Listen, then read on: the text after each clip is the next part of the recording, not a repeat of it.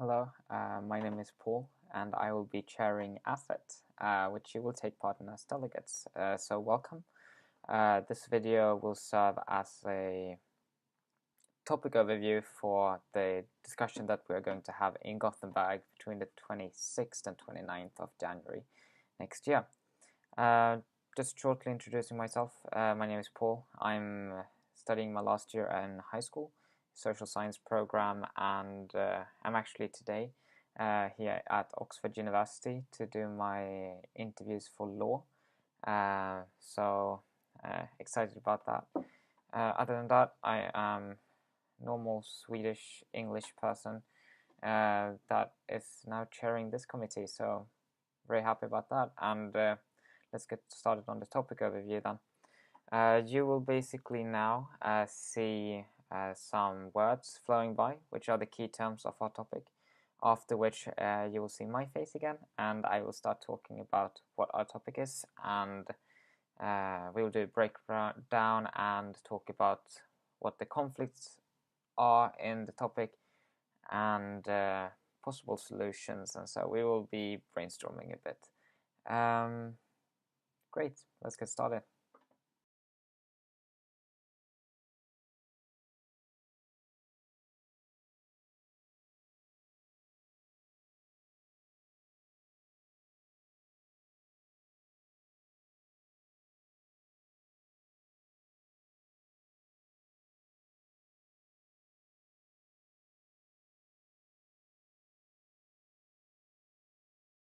So let's then get started on our topic. We will first be breaking down our topic phrase. So I'm just gonna put it up here now. So now you can see it. It reads as follows: catch me if you can. With many countries across the world arbitrarily detaining people in detention centers such as Guantanamo Bay, how can the EU alter its foreign policies and international agreements in order to prevent its partners from violation of international laws and fundamental human rights? You may ask yourselves, what is asked? Well, basically the actual question is, what can the EU do to make sure that its partners are not continuing to violate international laws and fundamental human rights? So, what can the EU do to stop arbitrary detention?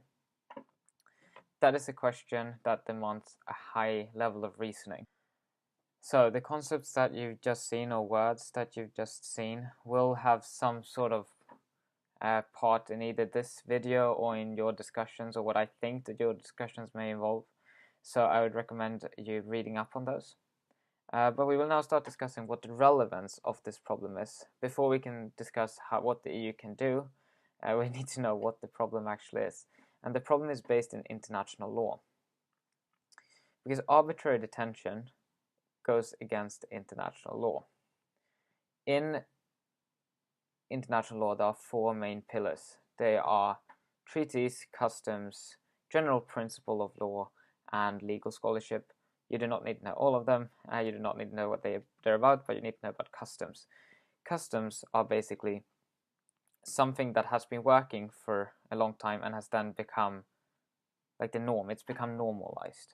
For example, Sweden and Finland have an agreement about fisheries, where Finland and Sweden are allowed to fish in each other's waters in some places, and that's then deemed fine by both of them. International law then deems it as legally correct. In this case, that would mean that something that has worked for a while should be applied. And that thing that has worked for a while, or has been like normalized in the Western world at least, is the term positivism. You just saw the definition of it, and basically it's applied here because arbitrarily detaining people is almost the opposite from positivism, because you do not have any proof or any mathematical or scientific evidence for the detention or the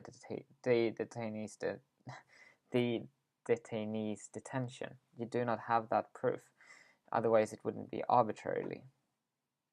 And so the question therefore is, positivism, arbitrary detention, how does it go hand in hand? how can it be in compliance with international law? Well, it isn't. Positivism is one thing, arbitrary detention is another thing. They do not work together. Positivism that is normally recognized in the world does not agree with arbitrary detention. Agree is the wrong word, but you probably know what I mean. It's not arbitrary detention does not comply with positivism, which is recognized by most countries in the world. So, what can be done then if they're not complying with international law? For example, the United States, by having Guantanamo Bay, which is an arbitrary detention center, what can be done against the United States? Well, there are certain options. For example, we have the ICJ. So a country could go to the ICJ and prosecute the United States for having this arbitrary detention on grounds of positivism and customs and so on, international law. But the question then is, what would that give them? Because the ICJ is not really allowed to do anything. It can give guidance and it can give a statement that is usually recognized by most countries in the world and deemed quite important, but it cannot really say you have to do this, or it can't really enforce any punishments or anything like that. So it doesn't have any legal executive power in that sense. It's not like the courts in Sweden or the courts in the UK, for example, where they enforce the decision as well. This is just consultative or consulting. Sorry, my English is not that good tonight. And basically, that means that there can't really be a decision that changes anything unless both parties that are in the conflict agree on the ICJ's decision. But there are also other organizations such as Amnesty International that gives or does propaganda against arbitrary detention with, for example, looking into Guantanamo Bay and seeing the living conditions of the detainees and saying this is wrong, and so they are working against these arbitrary detention centers. We also have a working group in the UN known as, let me just double check that quickly,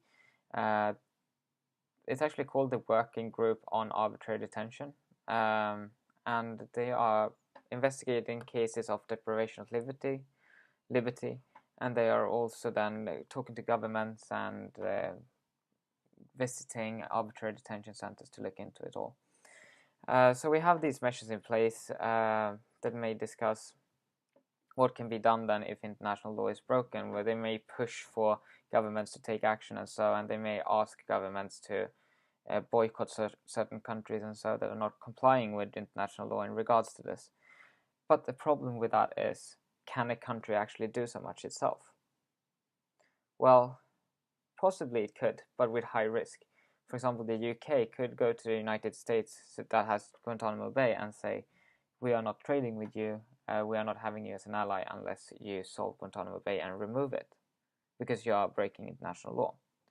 What could happen then is that the United States breaks off contact with the UK, and the United States is a great trading partner of the UK, as well as it has great military influence in the world and is an important ally.